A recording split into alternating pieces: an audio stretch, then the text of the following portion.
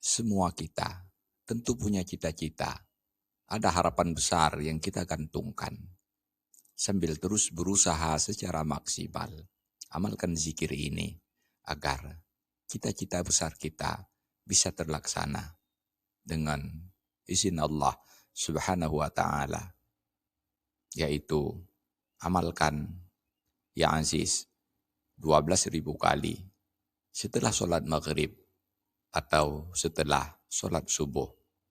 Maksyufar ra'si, dalam keadaan kepala yang telanjang, artinya tidak menggunakan penutup kepala. Mutadarri'an baqiyan, bacalah dalam keadaan benar-benar khusyuk, bertadarru' kepada Allah dan sambil menangis. Yuqarriru zalika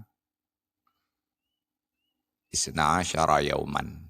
Ulangi amalan ini selama 12 hari. Fayanalu matolabahu duna syakhin. Pasti ia akan bisa mencapai cita-citanya. Tiada keraguan sedikit pun di dalamnya. Wallahu a'lam bishawab. Walhamdulillahi rabbil alamin.